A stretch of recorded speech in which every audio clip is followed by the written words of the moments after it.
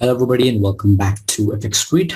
Today we're going to be taking a look at Bitcoin and the things that are happening in the ecosystem and how that could affect the price action of Bitcoin in the near future. But before I actually dive deep into the technicals, I want to direct your attention to the FX Street YouTube channel. If you enjoy the content that we put out and want to stay updated with the hottest trends in the cryptocurrency market, please make sure to hit the subscribe button and click on the bell icon. You can also follow us on Twitter at FXSCrypto. If you like what I do, you can follow me on Twitter as well at Mangiapo with the 0 at the end.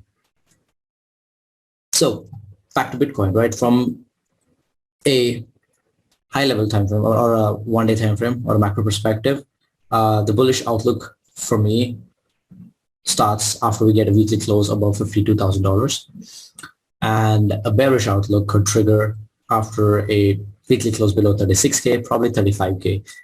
So let's just select 35K between the lower limit of the demand zone and the weekly support level here. I believe 35K is like a good place, a good invalidation level of what's happening here and like the start of the bear market. So these two levels are pretty important. So let me just change this slash bear market below. And if we get a weekly close above this,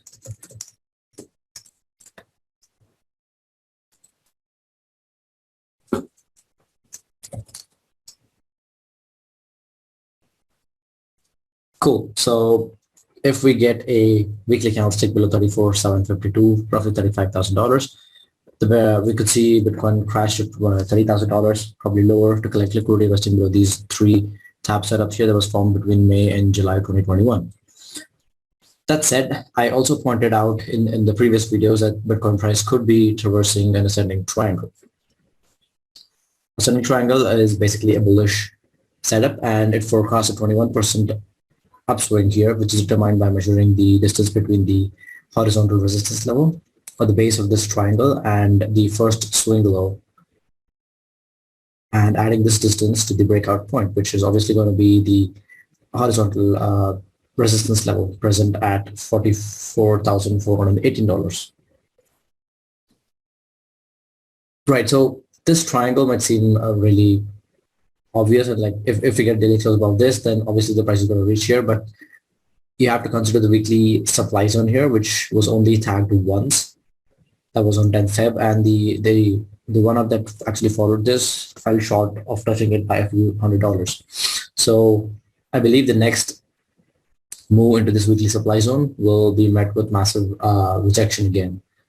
So with that in mind, this is from a technical outlook, right? But the on-chain metrics are showing something really interesting. But before we actually get into on-chain metrics, I want to talk to you about this article that I wrote on 22nd of March, which is when Bitcoin actually started pumping quite a little bit after the bet between the Terra Labs founder Do Kwon and Algo God and GCR took place, right? So this bet is pretty much simple.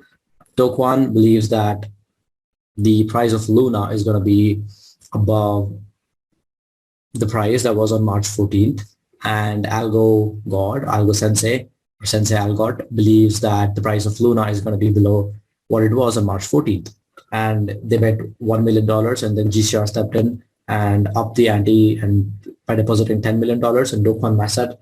Basically, the results of the bet will be seen on March 14th, 2023, but the reason why Do Kwon believes that Luna price is going to go higher is because they want, at least Terra Labs believes that they're going to use USD, which is a stable coin, and back the reserves of USD by buying Bitcoins.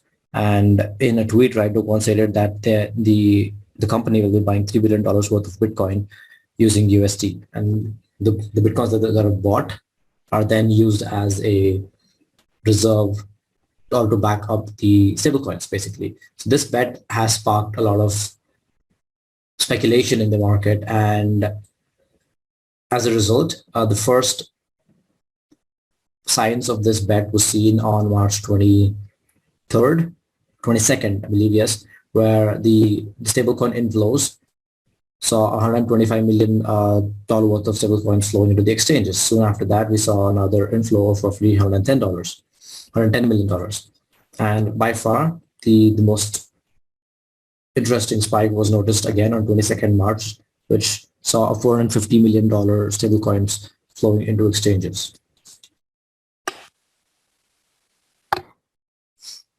So all in all, this particular outlook is the inflows of stablecoin is what's really interesting and could be a game changer, even though the technical outlook suggests that the VC supply zone is going to be a major hurdle. So to overcome this, the stablecoin inflows seem to be like a perfect trigger or a catalyst for Bitcoin to overcome this massive hurdle. So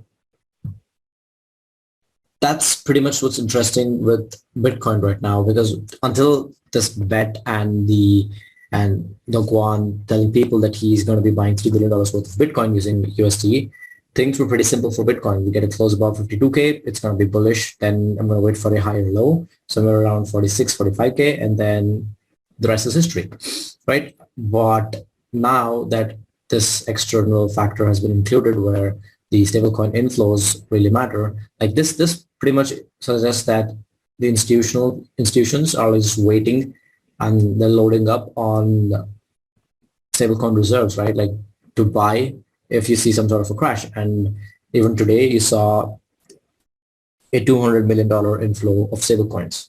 So as you can see here, the stablecoin inflows have really started to gear up. So it'll be interesting to see how Bitcoin actually trades in the next couple of days. So that pretty much sums up my analysis for Bitcoin. If you enjoyed the session, please make sure to like, comment, and subscribe.